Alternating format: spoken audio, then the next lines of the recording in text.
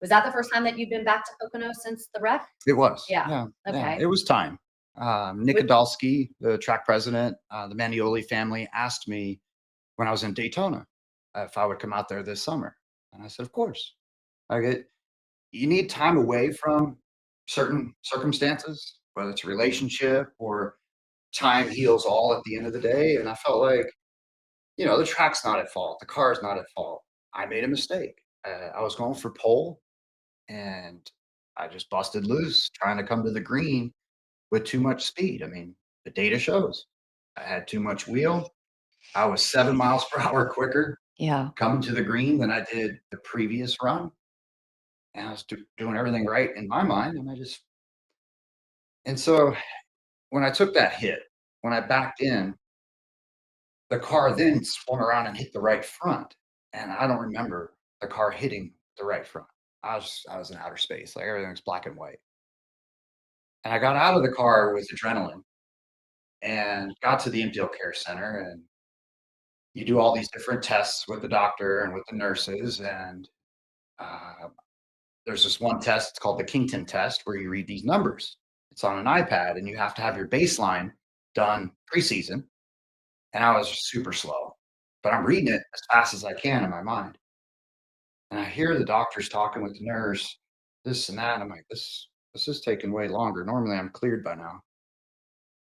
I just I couldn't explain the wreck. That's part of the protocol as well. They ask you what happened. I'm like, well, I just backed it in, going for pole. Mhm, Duh. mhm, mhm. They're like, what about your right front? I'm like, what about the right front? The car's fine. Go in the garage, look at it. Didn't even So, remember it. when I didn't get cleared, I'm back at my motorhome and my phone's ringing. It's my dad. And he goes, you all right?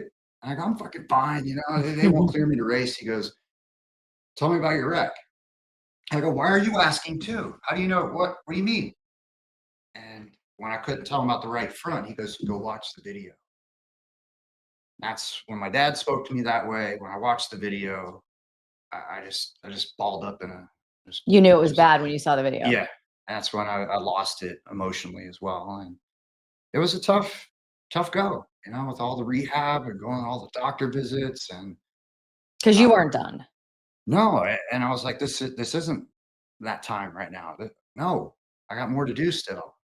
And it was a tough 6, 9 months. I was going through a divorce as well. Like Yeah. it was a rough go. But I had a lot of cool people reach out and help me. And yet, on the flip side of that, when a guy named Dale Inman calls you, I didn't know his number. I don't know how he got my number. And he said he got it from Chad Canals because I'm tight with Chad. Yeah. And he's like, I can tell you a lot of stories about Richard Petty. He said, son, you don't have anything else to prove. You've proven it to everyone. You, Wow. just kind of take a step back here and don't fight your way back to the car. How beautiful. And I heard that story from 2 dozen people through the process. And that's when it starts to sink in on, yeah, I don't really need a challenge. What's up above in the universe and going back for what?